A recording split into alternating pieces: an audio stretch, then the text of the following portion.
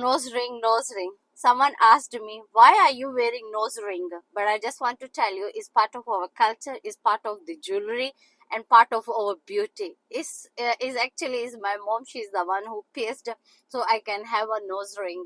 Because on the wedding day, I need to put a big nose ring to representing that now I am belonging to a new family, another family.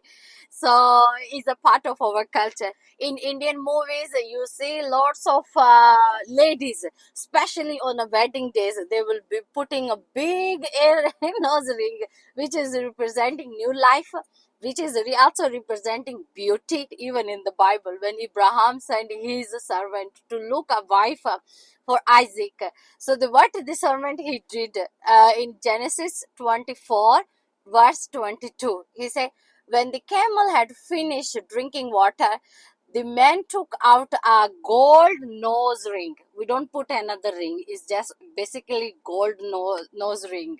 Let's jump into verse 30. The brother now is saying, the Rebecca brother, he is saying, as soon as he had seen the nose ring and the nose ring. So see, he saw that Rebecca, she's having a nose ring. So it's been that now someone, she's belonging to someone, and he asked, who is that man? Where, how can you have this nose ring? So is representing. Now let's go to Hezekiah. Hezekiah chapter 16 verse 12 is God himself is saying. You can say, you can check you can read the whole chapter. I just want to read that part of scripture. Ezekiel 16 verse 12. And I put a ring on your nose and earring on your ears and a beautiful crown on your head.